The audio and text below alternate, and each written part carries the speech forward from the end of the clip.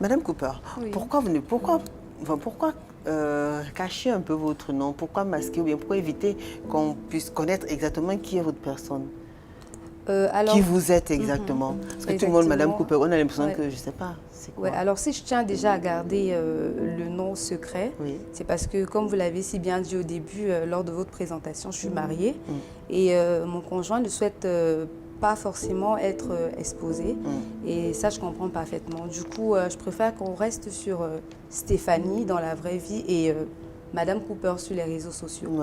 C'est tout simplement ça. Et vous arrivez à faire le distinguo? Est-ce que, parce qu'à force tout le temps de faire des vidéos et tout, comment vous arrivez à incarner ces deux rôles et surtout à différencier? Est-ce qu'à un moment donné, monsieur ne dit pas, hey, stop, là c'est la Madame Cooper, là, moi je veux parler à ma femme, à ma Stéphanie? Alors, je sais très bien faire la part des choses. C'est-à-dire que Madame Cooper, elle naît lorsqu'elle a son smartphone à main, lorsqu'il faut parler de ce que vous savez. Parce qu'il faut noter que dans la majorité de mes vidéos, je parle de sexe. Voilà. C'est incroyable. Et justement, vous pouvez nous faire un petit truc là, avant de donner la parole à Poupée du Togo? Un petit truc sur... Un petit truc, accompagné du rire, parce que vous savez, ils m'ont dit, Madame Julingue, il faudra tout pour qu'elle nous lâche son fameux rire là. Alors on va sur de l'impro. Oui. On va profiter parce que hier, c'était la fête du travail des musulmans, la fête du Ramadan. Ah oui, du Ramadan, tout à fait. Voilà, donc on va improviser. Alors les filles, vous aimez souvent entendre que vous êtes fortes là. Hein? Imaginez un gars qui a fait 30 jours, 30 nuits sans faire quelque chose. Il vous récupère là demain. Non mais franchement c'est bon là, je ne peux pas continuer. D'accord. Donc voilà. Ouais, pourquoi parler beaucoup plus du sexe? Alors tout simplement parce que je me qualifie comme une personne assez ouverte d'esprit, une personne qui n'a pas froid aux yeux, une personne qui n'a pas peur d'aborder les sujets qui sont qualifiés par notre entourage de tabous. Une personne qui parle pour les autres parce que il faut savoir qu'en faisant mes vidéos, je reçois beaucoup de messages de personnes qui me confient leurs soucis, qui me disent voilà j'ai tel problème, je ne comprends pas si, est-ce que tu pourrais m'aider en transcrivant mon message dans les différentes vidéos que tu postes, et puis je le fais tout simplement. En fait, c'est beaucoup plus dans le but d'édifier, dans le but de conseiller. Je n'ai pas le monopole de savoir, mais je sais que ce que je fais peut apporter un plus dans la vie de chacun. Il n'y a pas que le sexe dans la vie aussi, Madame Cooper. Il n'y a pas que le sexe. Et je ne parle pas que de sexe aussi dans mes vidéos, il faut le noter. Voilà. L'objectif, c'est quoi exactement? Alors, mon objectif sur les réseaux sociaux, sur Facebook, c'est de pouvoir avoir beaucoup plus de personnes qui me suivent. Je suis un peu égoïste parce que plus de personnes me suivent, plus je deviens, je vais dire quoi? Je deviens intéressante aux yeux de la société, je deviens intéressante pour les personnes qui aimeraient que je travaille avec elles pour les placements de produits par exemple. Aujourd'hui, je sais qu'en parlant de sexe, beaucoup de personnes seront attirées. Il y a mon look aussi, mon apparence, c'est-à-dire avec les piercings qui intéressent beaucoup de personnes. Et je sais jouer de ça.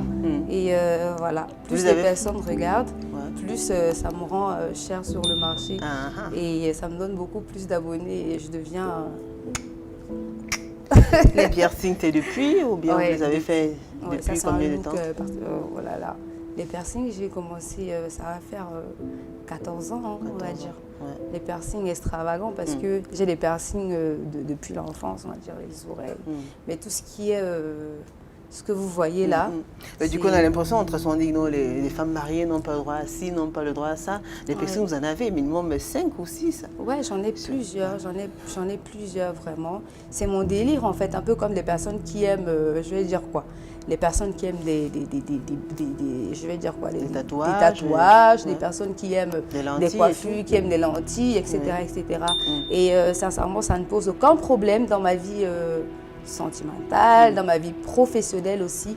Donc voilà, c'est quelque chose que j'ai adopté depuis très longtemps et ça ne me pose pas de problème particulier. D'accord. Là, tout dépend maintenant du réseau social. D'accord. Celui dans lequel je me fais le plus remarquer, TikTok, n'est malheureusement pas monétisé en Afrique. En Afrique, TikTok ne paye pas en fonction du nombre de vues, etc., etc. Par ailleurs, il y a Facebook qui, lorsque vous avez un compte qui est certifié, vous permet de rentabiliser, qui vous paye en fonction du nombre de vues que vous avez sur les publications que vous faites, en fonction du nombre de likes, c'est-à-dire les personnes qui mentionnent un j'aime ou j'adore, et en fonction du taux d'engagement de votre communauté, des personnes qui vous suivent. Il y a également YouTube qui donne beaucoup d'argent aussi, parce que sur YouTube, à chaque fois que quelqu'un regarde la vidéo du début jusqu'à la fin, il y a de l'argent que ça génère et franchement, c'est quelque chose de très intéressant. Et on se dit pourquoi pas essayer de développer un autre système sur TikTok et d'orienter nos abonnés beaucoup plus sur Facebook et essayer de créer des chaînes YouTube pour pouvoir avoir un peu d'argent aussi. Mais pour le moment, avec TikTok, ce qu'on gagne, c'est l'argent que nous reversent les sociétés lorsqu'elles ont besoin de nous pour des placements de produits. Donc on signe des petits contrats comme ça, c'est assez lucratif quand même. Alors ça prend combien de temps de préparer une vidéo? Est-ce que vous faites des répétitions? Est-ce que vous êtes encadré, vous faites accompagner par des gens? Est-ce que vous avez des coachs? Est-ce qu'il y a un coaching derrière? Comment ça se passe sur le plan pratique? Alors, pour mon cas, pour moi, personnellement, mes vidéos, je ne les prépare pas. Alors, je démarre au quart de tour. J'ai une idée qui me passe par la tête. J'essaie de la développer vite fait. Ça ne me prend même pas 5 minutes de trouver comment placer les mots avec mon langage codé, etc. etc. Et puis, tac, là, je fais les vidéos. Si vous constatez bien, mes vidéos, elles sont faites sous forme de selfie. C'est-à-dire, là, je prends mon téléphone comme ça, tac, tac, je parle. Et puis, voilà, je balance. Et c'est le fait que ce soit assez naturel comme ça qui, je pense, me rend original, me rend un peu spécial par rapport à certains. D'accord. Donc, à chaque fois qu'on est peut-être sous contrat avec quelqu'un et que cette personne-là impose une façon de faire une vidéo qui n'est pas celle qu'on a prédéfinie dès le départ, ça nous déstabilise un tout petit peu. Donc, il faut, si Madame Cooper fasse une vidéo, on parle un tout petit peu de Cocorico, on parle un tout petit peu de Niamey Niamey parce que ça va attirer les personnes qui ont l'habitude de regarder mes vidéos. D'accord. On veut bien savoir, Madame Cooper, comment votre époux, bien que vous voulez le garder quand même secret, on n'a pas cité son nom ici, mais je sais qu'il nous regarde et qu'il nous écoute et qui dit j'espère que Madame Julie ne va pas prononcer le nom. Elle ne m'a même pas donné votre nom, ne vous inquiétez pas, vous êtes bien au secret. Pourquoi il tient à rester secret? Tout simplement parce que, contrairement à moi, qui suis une personne extravertie, lui, c'est quelqu'un d'assez introverti et qui n'aime pas le feu des projecteurs et tout. D'accord. Donc, c'est quelqu'un d'assez discret, ce que j'apprécie énormément. Et du coup, on s'est dit, voilà, toi, tu restes dans ton coin en mode, je vais dire quoi, en mode incognito. Et moi, je reste dans mon monde public. Et puis, ça marche très bien. Alors, donc, à la maison, comment vous vous organisez? Alors, pour le moment, on ne vit pas ensemble. On entretient une relation à distance. Le matin, ça se passe comme normalement, comme vous, j'ai envie de dire. Je me lève, j'apprête mon fils pour l'école, je le laisse. Ensuite, moi, je vais au boulot. Entre-temps, avec monsieur, on se fait des messages, on se fait des appels vidéo. Le soir, quand je rentre, répète avec le petit pour l'école. Je mange, j'appelle monsieur, on passe des heures au téléphone. Voilà, pour faire un petit récap de notre journée et puis on s'endort comme ça. Et il arrive, enfin, vous arrivez à le rassurer malgré vos milliers de followers? Oui, je comprends que c'est un peu difficile pour lui parce qu'il faut dire que la base de notre relation, franchement, c'est la confiance. Je pense que s'il me faisait pas confiance, il ne m'aurait pas épousée. En plus, c'est une vieille histoire. Exactement, c'est une très très vieille histoire. Donc voilà, je fais le maximum pour le rassurer, pour lui dire que voilà, il n'y a rien à craindre.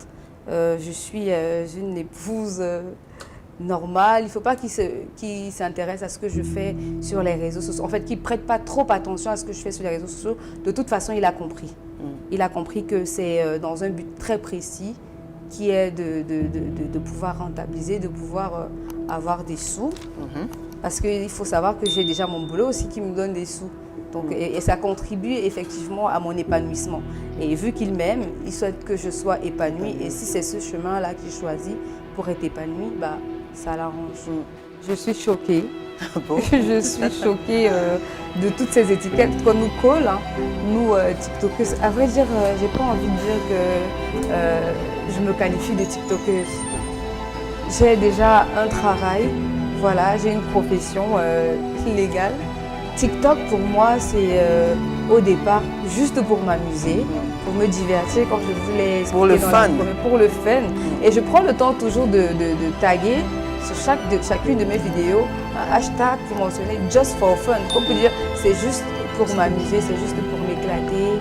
Et je profite également de cette application pour faire mon petit speech sur le sexe, comme je vous l'ai dit depuis le départ. Et j'emploie des termes assez codés et qui pourraient ne pas forcément dépraver les mœurs, comme la dame l'a dit tout à l'heure, le monsieur l'a dit tout à l'heure. Voilà, ce sont des femmes qui n'ont pas un sens dans la vie, c'est carrément impressionnant. Il faudrait que les personnes les personnes essayent de développer un peu plus leur esprit et qu'ils essayent d'être encore un peu plus ouverts. Je ne peux pas condamner ces personnes qui nous condamnent, parce que chacun a sa façon de voir les choses, hein. Mais ça laisse à désirer le fait de savoir qu'il y a des personnes qui sont encore, j'ai envie de dire, en arrière en ce qui concerne les réseaux sociaux. C'est pas facile. Ça n'affecte pas parfois un peu Non, le moral? parfois ça affecte. Parfois ça affecte. C'est vraiment pas facile de digérer toutes les méchancetés qu'on peut subir, hein, des personnes qui nous suivent et qui ne nous apprécient pas. Alors moi j'ai une règle d'or, je ne réponds pas aux attaques, je ne fais pas de clash, je reste positive, je ne tire que ce qui est positif dans les commentaires que les personnes font sur mes vidéos. Et c'est ça qui me booste, c'est ça qui me permet d'avancer. Et voilà, si je reste là à m'attarder sur telle personne qui a dit « Oh, tu es une prostituée, voilà, sache que demain ou après-demain, Dieu va te punir parce que… » Cette personne ne me connaît pas en vrai. Cette personne-là s'est basée sur ce qu'elle a écouté, ce qu'elle a vu.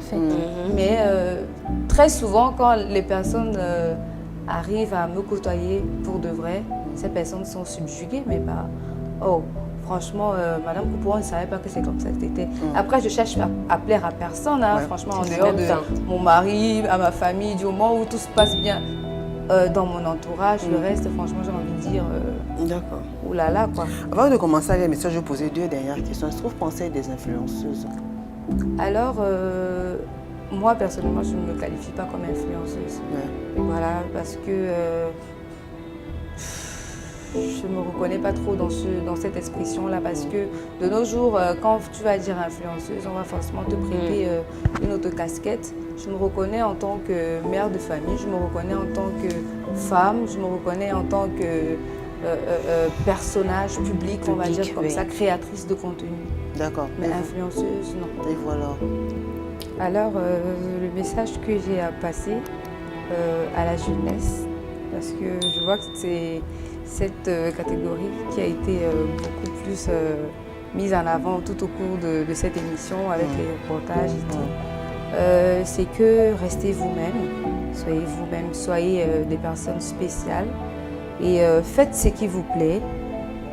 Ayez des orientations qui vont vous permettre de développer votre savoir-faire, qui vont vous permettre d'être une entité particulière. Et surtout, restez positif. Si vous avez quelque chose à faire, n'écoutez pas les personnes qui seront là pour vous démotiver. Restez optimiste et allez de l'avant. Merci à vous, Madame Copper.